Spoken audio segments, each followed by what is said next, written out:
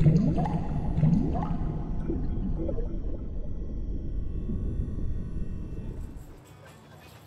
I'm Duncan, and we're here outside the Barfly in Camden with an exclusive interview with Harmonix's Jonathan Drake. He's going to be talking to us about Beatles rock bands. Baby says she's mine, you know, she tells me all the time, you know, she said so. Okay, so this is Jonathan Drake from Harmonix. Hi Jonathan, how you doing? Good, thanks for having me. Cool.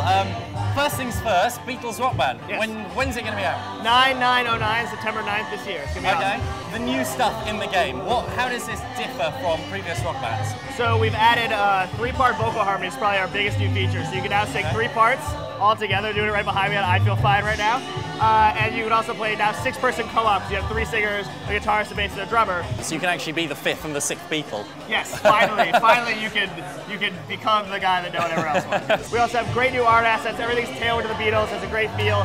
We really went after to try to get the soul of the Beatles in the game. So dreamscapes are our biggest new feature artistically, which are these fantastical worlds that happened in the later Beatles career after the studio years. So it's really great. How many of Beatles songs are there in the game? Sure. There's 45 songs on the disc. They cover all 13 of the original EMI recordings. And we also have announced already that there's going to be DLC, so we have all of Abbey Road for downloadable content, the album.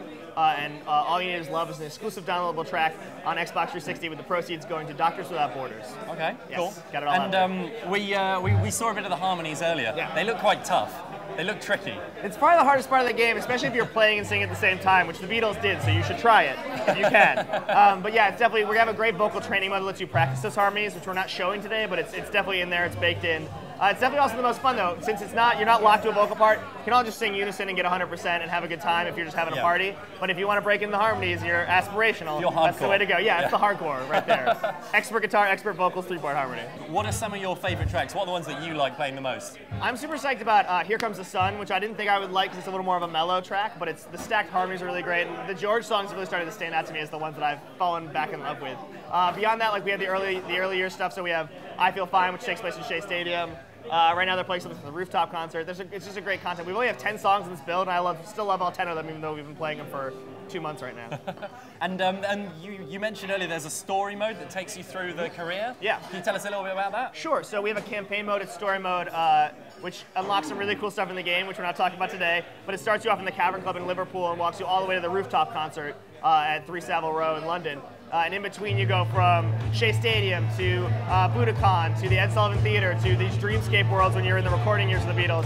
It's a great experience, and it brings you closer to the music, which is what we're really trying to do. And you've been working as well with some of the existing Beatles, haven't you? What was it like to work with them? It's been an honor, but it's also been really sort of nerve-wracking because we have such reverence and love for the catalog. We really don't want to mess it up. So, Sir Paul and Ringo, as well as Yoko Ono and Olivia Harrison, and people like Danny and Giles Martin, the sort of whole Beatles clan have really been walking through this hand in hand and giving it the soul that we need. So little notes like, on the rooftop it was really windy because I was there. So our hair should blow around more. We're like, yeah, we should, Jesus. Okay, hope we don't screw this up. And so they've played the game, they've had a go. Yeah, they've definitely been in the room with the game while it's being played. I think everyone's tried it now. I haven't been there when they've been doing the presentation, so I wouldn't confirm or deny that anyone has played the game in person. So you can't confirm that Ringo is as good at drums on Rock Band as he is in real life? I can't yet. I would have to presume, since he played the original parts, he'd be okay at it. But I mean, he likes the game. He likes how he looks in the game. That's all I know so far. That's cool.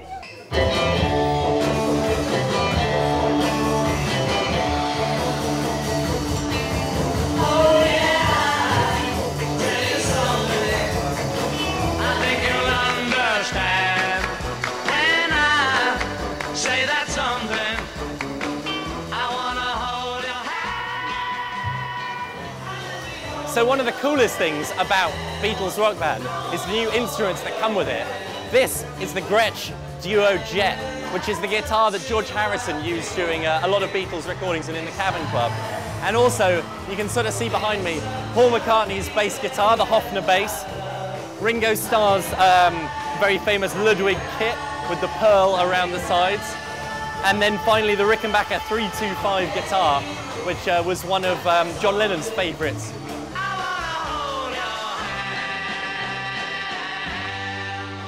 Beatles Rock Band is going to be out on the 9th of the 9th of the 9th.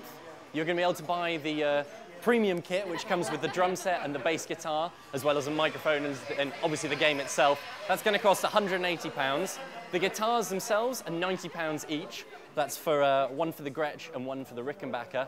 And then the software itself, if you just want the game and you want to use maybe like one of your old Guitar Hero controllers, any of the controllers work with this software, then that costs 50 quid on the Xbox and 40 quid on the Wii.